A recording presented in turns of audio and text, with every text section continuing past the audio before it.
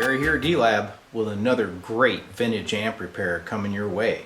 This is an old Valco amp in a tweed cabinet. Kind of resembles the circuitry of a Fender Champ. I don't know what the symptoms are yet. I just opened it up. So let's fire it up and see what it needs. Before we begin the repair, let's give it a little cosmetic sweep. You can see she's pretty much all original. Looks like it got a tack there, huh? Maybe a little bit of water damage, some mold there in the tweed. Flip it around. There's the chassis. You can see some more of that damage here to the tweed. But that's part of the character, right? So there she is. Looks like it's got a 5Y3, 6V6, and a 6SL7. Original filter cap. Looks pretty good. A little dusty. But all in all, this one's in great shape. By the way, in case I didn't mention it, this is the model Chicago 51. Pretty cool name, kind of like one Atom 12.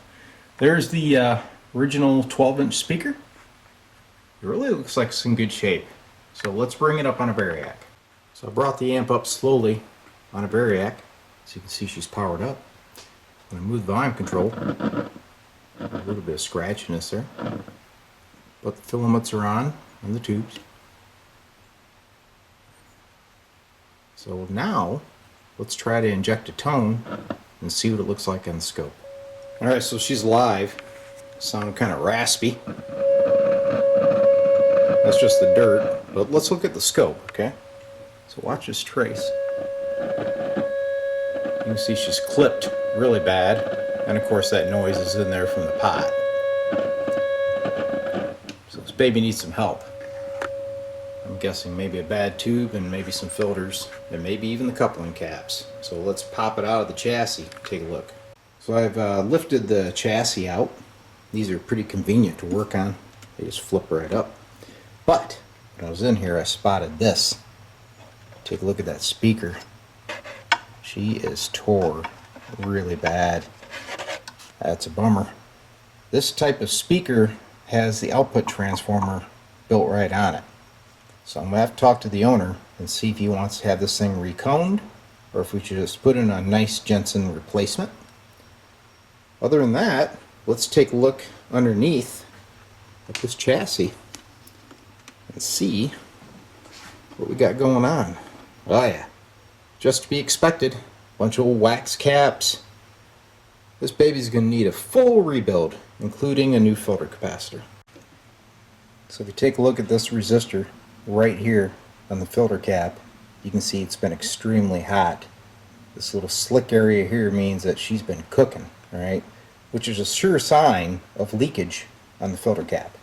So the owner was aware of that before he sent it to me, and what he wants me to do, I don't have a heart attack guys, we're going to change out that old silver can type with one of these new modern type filter caps. These are much more reliable and obviously much easier to obtain. So before you cut any wires or remove those resistors, I'd highly recommend you make yourself a little sketch for reference, and of course if you have the original schematic, that's always a huge plus. Before changing that filter cap, it's always a good idea to make sure it's discharged. You can see we only got 3 volts. It's not going to kill you. But take a jumper and shunt that out to ground. You see it tries to recover, which is very strange. I've always wondered why caps do that. Anyway, get the voltage off the cap before you start cutting. So as you know, when D-Lab changes out filter caps, I get underneath of these terminals with a good pair of clippers. I just clip off those terminals so that I have a road map when I'm done. So this allows me to get that cap out, get it drilled out, get the other one mounted, and then just transfer things back over. So next I drill out these old pop rivets. Being careful not to go too far because I don't want to affect the chassis itself. I'm going to get this plate off of here and then we'll mount the new cap. So you can see once you've drilled off that pop rivet, the cap comes loose immediately. Very clean way to get that guy out of there. Once the cap is out of the way, I take a center punch and just knock out those old rivets. So here's a new cap in place. Now you can see the mounting holes are not going to match up. So what I'm going to do is turn this guy a little bit and re-drill. I'll center this cap, re-drill, mount the new cap. Alright, so I have my new holes drilled for the new type capacitor. Now this was that original that I pulled. I want to show you something I thought was kind of interesting. The grounds were soldered onto this plate, okay? And this plate was mounted here on the painted chassis. There was no ground wire coming off of that plate to secure a good solid ground. So if you build up any corrosion on this surface here, and of course you got paint, you're going to have a bad ground. So they should have thought about that when they originally built the amp. But it's lasted all these years, so what the heck, right? So the new filter cap's installed. I ran a hard ground to the socket of this tube, and since it was just a 2-section cap, I had to add the third one here, which goes to the preamp section. So I'm powering it up right now. Let's see if that did anything to help that distortion we saw on the output trace.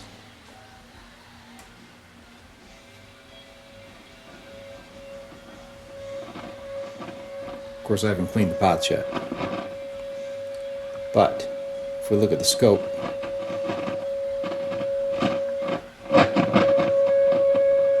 still got that clipping. So now let's take the scope and look at the input to the 6v6 and see if we can determine where that distortion is coming from. I've got my scope connected to pin 5 of the 6v6. So we're going to look at the signal coming into that tube. Look at the scope here. You can see it looks pretty crummy. Okay? Sine wave is actually clipped coming to the 6v6. Now, that doesn't mean it's not the 6v6, but my guess is it's probably these crappy wax caps, and maybe the 6SL7 tube is weak. So why don't we check the tubes? So here's the 6v6 under test on my Amplitrex AT1000. You can see we only got about 7.8 milliamps, and the screen current is kind of fluctuating. So the spec is 45 milliamps. We're getting approximately 8.2, so we have a grand 18% emissions. So that tube is dead. Let's check the SL7 now. Now for the 6SL7, it's checking section 1 right now. You can see about 1.6 milliamps, which is decent. Just going to go through some other stuff here, and then she'll go to section 2. There we go. About 1.5 mils. So they're fairly well balanced. Oh, look at there, 1 to 1.6. It's almost identical. Okay, 69% there, 65 there. So I'm going to leave this tube in the amp, but we're going to change the 6v6 and see what that does to that distortion. So here's a beautiful red labeled Sylvania 6v6 that I'd like to use in this amp. It's an old stock tube. So here we are with the test. Look at there, 49 mils. I think the spec was like 45 on that other one. 109% emission. This thing's beautiful. It's going in the amp. So there's that beautiful Sylvania that just tested perfect. Now, if you have one of these amps and you say, man, I pulled out my tubes, where do they go? We'll just take a look at the sockets. They actually printed it right on the sockets. So 6v6. We zing over here. 6SL7. Isn't that cool? They don't do that anymore, do they? So there she is. 6v6 is in place. Got the scope hooked back up. 6SL7's back in there. I cleaned these controls so they wouldn't be as nasty sounding when I turned it up. But let's look at that sine wave. Bam. Looking much better, okay? So you could, at this point, say, well, I got my amp fixed. But really, we should continue with going through, changing out the caps, checking the resistors, etc. Because this is fixed, but it's a temporary fix.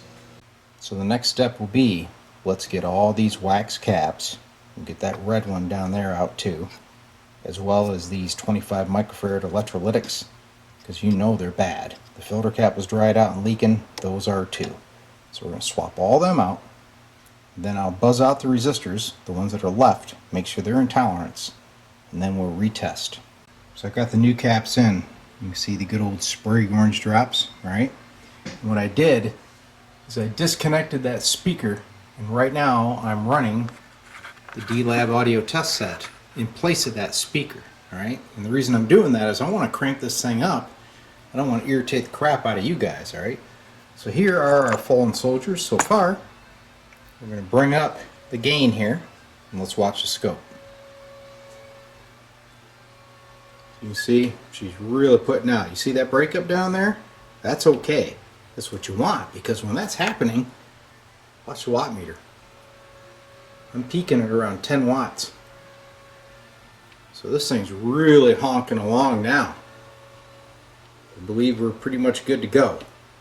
Next step, he wants me to put on a new power cord and get rid of that death cap that's in there, alright? But before I change that power cord, what I need to do is verify there's no leakage from that primary to the chassis. Because a lot of people think you can just slap that cord on. Well, guess what? If you got leakage on your power transformer, it can actually damage the amp or smoke that transformer, right? So we're going to check that first. Here's what you want to do before you just slap a 3-prong grounded cord on your amp. First off, here's the primary of the transformer. So I'm going right across the line cord, right? So that's normal. What's not normal is if that primary has any resistance to ground. So find yourself a good ground point on the amp. You can see we're open, but I'm at 200 ohms, right? So what we want to do is range up. Now I'm at 2 meg, 20 meg, no leakage. So we're good to go. But you should always check that first. Many old, like ham radio receivers, old tabletop radios, and old amps, over time, the power transformers can absorb moisture and you develop carbon paths to ground. So if you connect your ground up to the chassis, now your hot has a path to go to the chassis and it can burn that power transformer up. So you always want to verify this resistance, and if you have it, leave the 2-prong cord on it until you can find a replacement transformer. So I have the grounded power cord installed. Everything's cool. She's working. You can see that old sine wave over there. The old Valco 51 Chicago style lives on, alright? But I need to contact the owner and talk about the speaker issue. So I'm going to end the video at this point. But now you can see how to go about repairing one of these old vintage amps. Next, I'll put on another video where we'll do a live demonstration, hopefully with a new speaker, because you don't want to hear this one. Hope you like the video. We'll see you again.